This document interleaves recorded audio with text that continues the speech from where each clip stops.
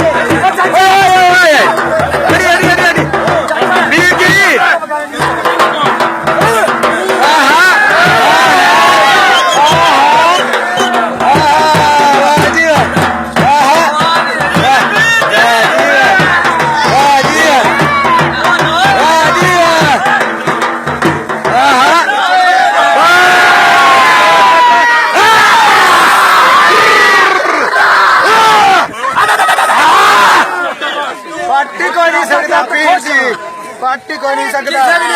हिम्मत कोई नहीं किसी